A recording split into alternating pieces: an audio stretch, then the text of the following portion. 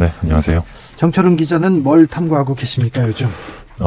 어제 저도 그 이태원 참사 현장에 다녀왔고요. 네.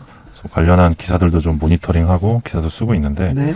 오늘 이제 여당에서 네. 이제 언론의 책임이 있다 이런 주장이 나온 걸로 알고 있는데, 방송이 괜찮다고 난리치니까 젊은 여성들이 몰렸다. 예, 저는 이제 언론의 책임도 있다고 생각을 합니다. 예. 그러니까 예를 들면 뭐 매년 이제 스케치성 보도만 리포트만 반복을 한 거죠. 그렇죠. 인파가 엄청 몰리고 있다, 다들 즐거운 모습이다. 근데 경찰이 뭐 만일의 사태에 대비하고 있다 이런 식의 거의 뭐라고 예. 해야 되나요? 그냥 뭐 교과서 판에 박힌 듯 이런 예, 보도를 이런 써놨죠. 보도가 매년 나왔습니다. 네. 매년 나오면서 정작 이제 그런 압사의 위험성이나 이런 부분들을 사전에 경고하지 못한 부분은 언론의 책임일 수 있는데, 네네네. 뭐 그 지적 받아들입니다. 예, 근데 그거를 이 정부 당국의 책임에 비하면 정말 비교가 안 된다고 봐야죠. 정부 당국의 책임이 훨씬 크고, 네. 이거를 언론 탓으로 또 프레임 전환하려는 건 조금 되게 무책임한 것이 아닌가라는 생각을 하고 있습니다. 예.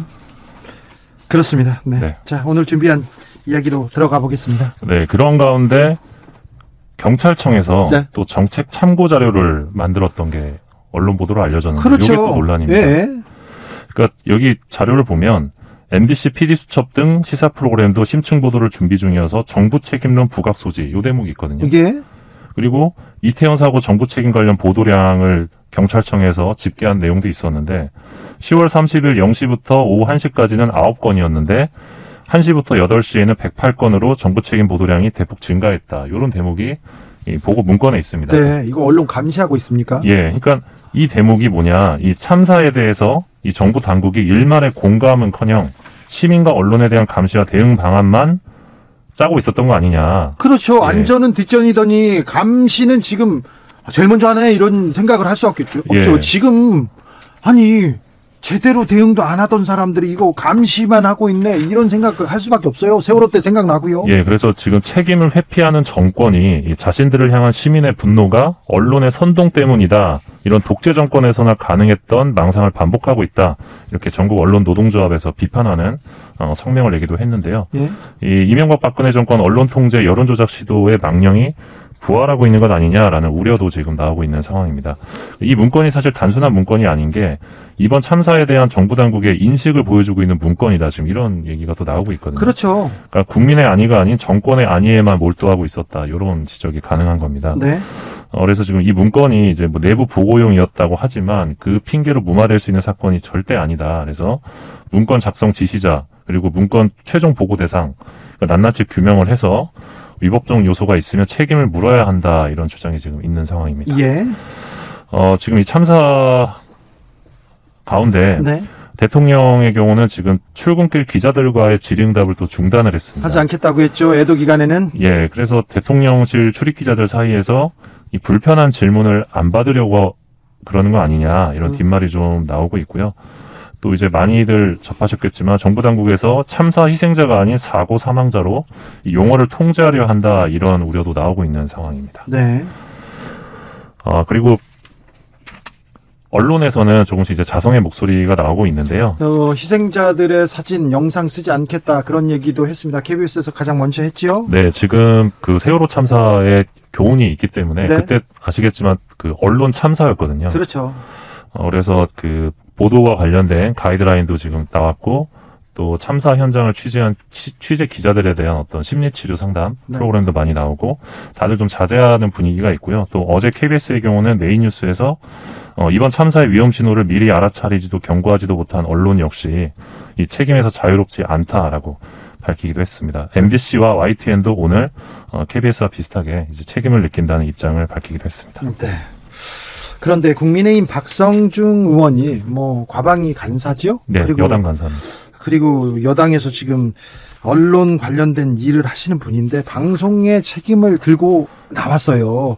그런데 이명박 정부 때 굉장히 위기였을 때, 광우병 촛불이 일어나고 위기였을 때 위기를 모면하기 위해서 언론 관련해서 수사를 대대적으로 시작합니다. 감사원 감사를 비롯해서. 맞습니다.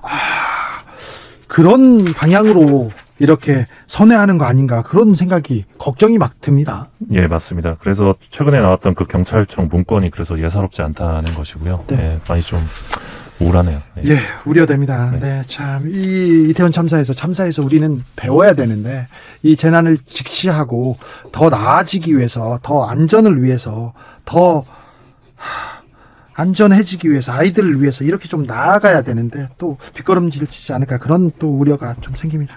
다음으로 만나볼 뉴스는요? 예, 최근에 어제 나왔던 되게 중요한 판결인데요. 네. 그 MBN이 네.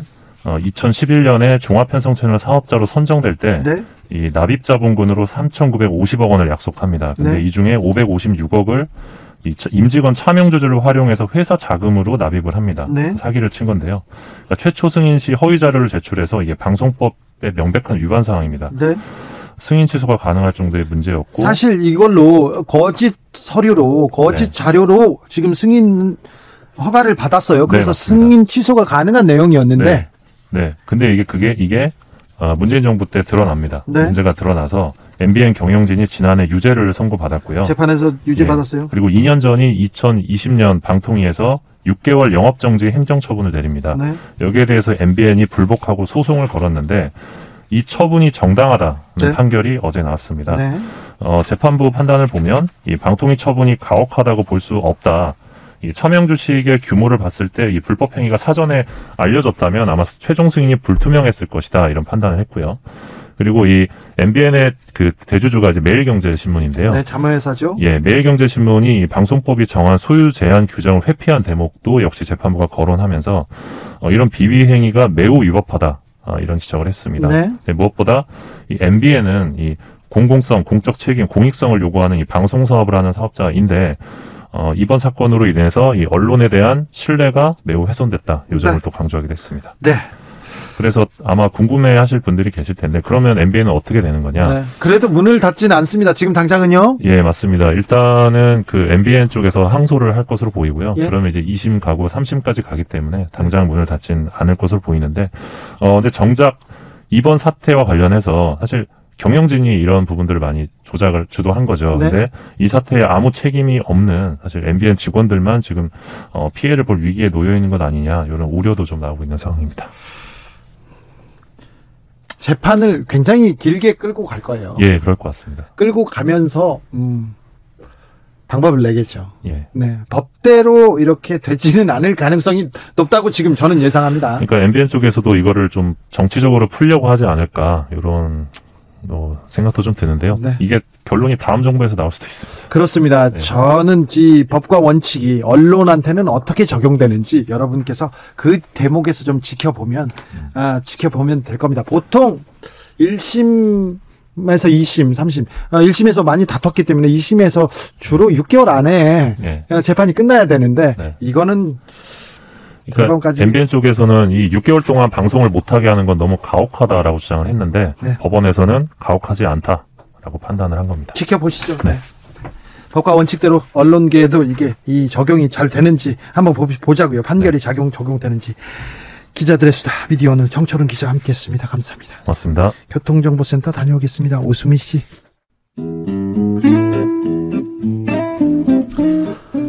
현실의 불이 꺼지고 영화의 막이 오릅니다. 영화보다 더 영화 같은 현실. 시작합니다. 라이너의 시사회. 영화 전문 유튜버 라이너 어서 오세요. 네, 안녕하세요. 영화가 만들어지기 전에 책이라고 하죠. 대본이 만들어집니다. 시나리오가 돌아다니는데 만약에 서울 한복판에서 거리에서 156명이 100여 명의 청춘이 숨진다. 그것도 숨을 못 쉬어서 숨진다. 이렇게 시나리오를 쓰면요. 이렇게 영화를 만든다고 하면 현실성이 떨어진다고 다 퇴짜를 맞을 거예요. 그렇습니다. 아마 제작 단계에도 못 들어갈 것 같은데요. 그렇죠. 어떻게 이런 말이 안 되는 일을 가져왔냐고 이렇게 다 힐난을 받을 건데 그렇습니다. 그런 일이 발생했습니다. 그렇습니다. 네. 자, 오늘 어떤 영화를 볼까요? 네, 방금 말씀하신 것처럼 믿을 수 없는 참사로 인해서 온 나라가 슬픔에 빠져 있습니다. 네. 그래서 이 국가 애도 기간에 어떤 작품을 가져와도 이런 어떤 슬픔을 위로하거나 잊게 할 수는 없는 것 같습니다. 네, 애도 기간을 정해놓지 않아도 충분히 아파하고 슬퍼하고 있습니다. 네. 모두 다 그런 마음입니다. 그렇습니다. 그래서 오늘 소개할 영화는요, 모두가 기억하고 있지만 어쩌면은 또 모두가 잊은 것 같은 영화, 봉준호 감독의 괴물 이라는 영화입니다. 괴물, 네. 뭐 대단한 흥행 열풍을 불러일으켰죠. 그렇죠. 이 네. 봉준호 감독 영화고 또 천만 영화라서 시사회에서 소개하기에는 조금 그런데요. 근데 이 괴물로 인해서 봉준호 감독이 흥행 감독의 반열에 올랐고요. 네. 지금은 뭐 거의 별처럼 되셨는데요. 네. 이 괴물이라는 영화는 우리나라에서는 성공하기 좀 어렵다는 평을 들었던 그렇죠. 그런 크리처물이라고 합니다. 그 이후로에도 성공한 경우가 거의 없는데요. 거의 없죠. 네. 이 괴수물이 우리나라에서는 조금 어려워서요. 네. 뭐 칠광고라든지 예. 디워, 예. 물괴 이런 작품들이 있었는데 그런 작품들을 생각해 보면 괴물이 정말 쉽지 않은 영화구나 하는 걸 알 수 있습니다. 잘 만들어졌죠. 이 다른 괴수 영화에 비하면. 맞습니다. 정말 대단한 영화인데요. 이 영화에서는 봉준호 감독의 영화면 늘 나오는 네. 송강호 배우를 필두로 해서 변희봉, 박해일, 배두나, 고화성 이런 배우들이 나옵니다. 네. 그리고 또 이 배우들의 연기 앙상블도 뛰어나지만 역시 봉준호 감독의 봉테일이라 불리는 디테일이 빛나고요. 그리고 또 괴물에서는 CG를 숨기려고 하지 않는다. 이런 게 이제 되게 좋은 면이었어요. 네. 어지간한 영화들은 CG 티가 날까봐 일부러 화면을 어둡게 하고 밤에 찍고 이렇게 하는데 여기서는 한강에서 날뛰는 괴물의 모습을 아주 대낮에 보여주는 그런 작품이었습니다.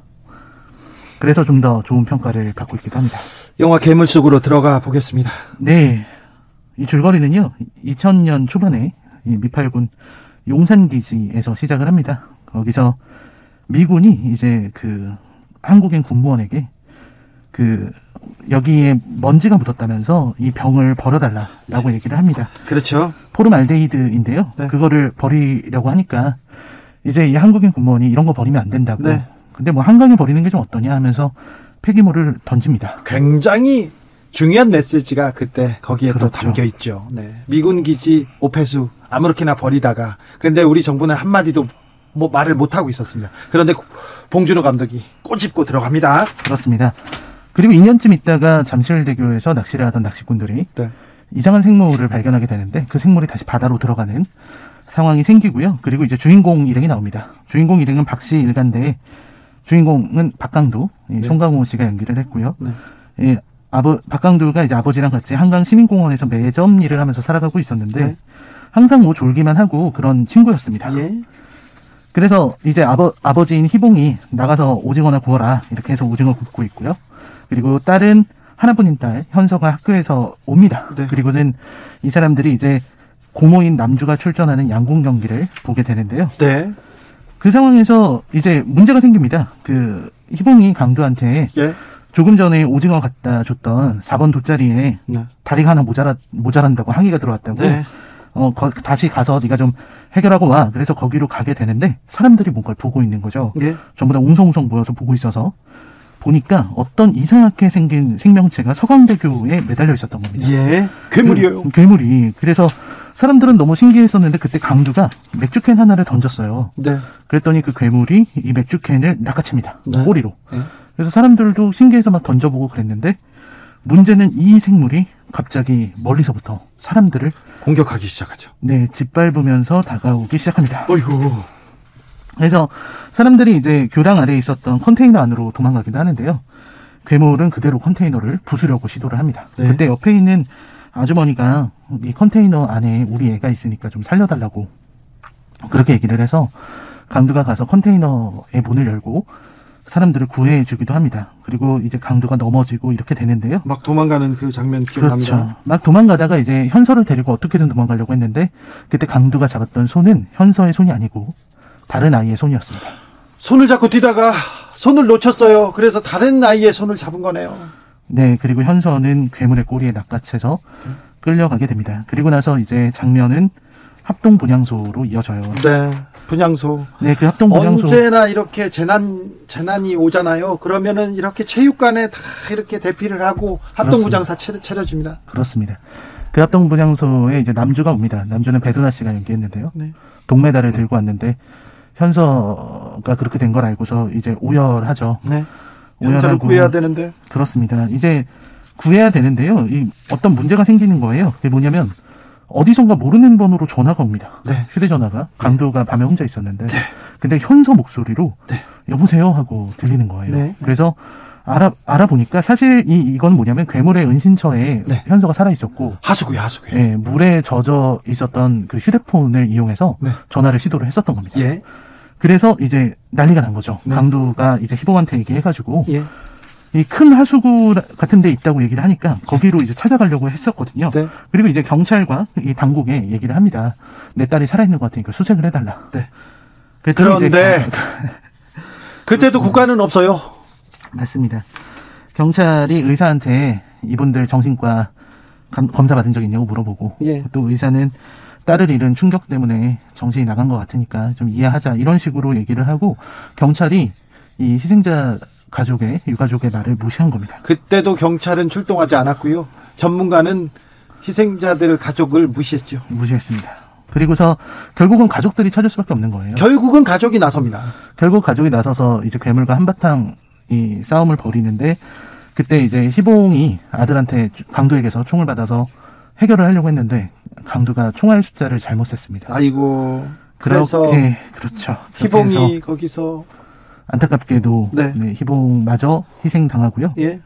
그리고 이제 3남매가 다 흩어지면서 처음에 사투는 실패를 해요. 네. 하지만 가족은 가족을 포기할 수 없습니다. 네, 포기할 수 없기 때문에 두 번째 사투를 벌이게 됩니다. 네. 여기서는 참 이걸 어떻게 말씀드려야 될지 모르겠어요. 정말 최선을 다했고 네.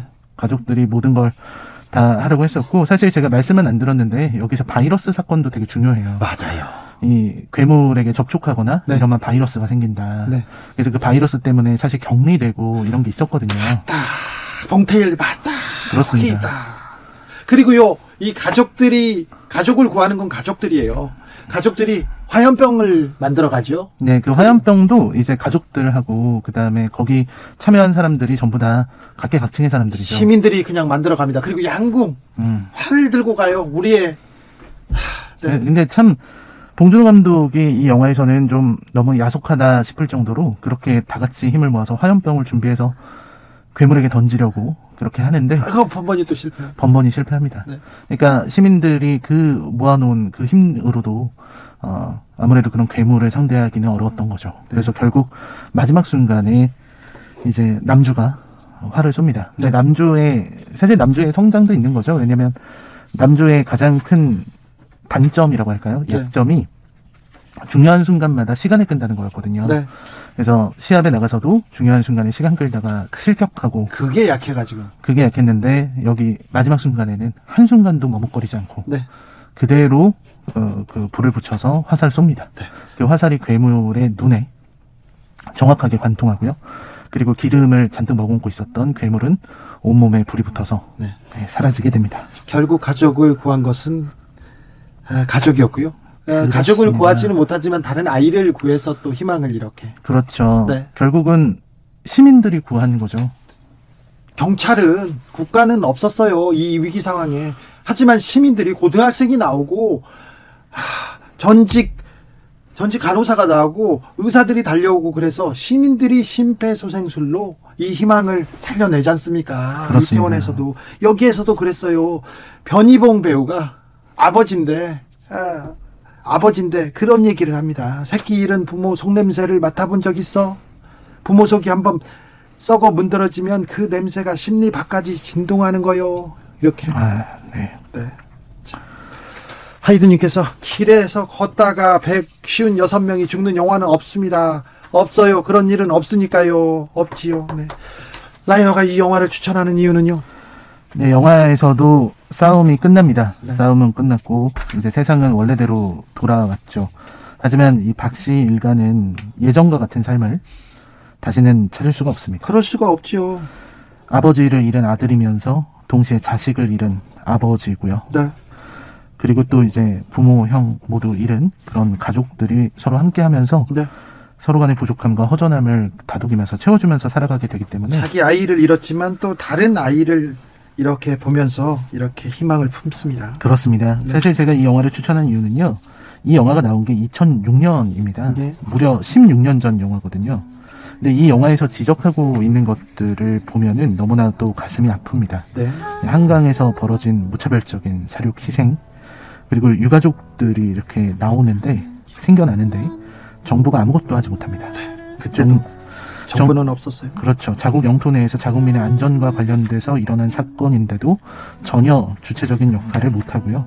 한국 정부가 기본적인 위기 대응조차 해내지 못하고 무력한 모습을 계속해서 보여주고, 아까 말씀하신 것처럼 유가족이 말하는 생존자 가능성을 이야기하면서 정부에 요청을 했지만 아무런 도움도 주지 않고 미친 소리를 취급을 했습니다. 그때도 시스템이 없다, 매뉴얼이 없다, 주체가 없다 이런 얘기했어요. 네, 시스템 없었고요. 정부의 대응은 밋밋했고요. 무능했기 때문에 박씨 일가는 도움을 청하지 못하고 스스로 싸웠습니다.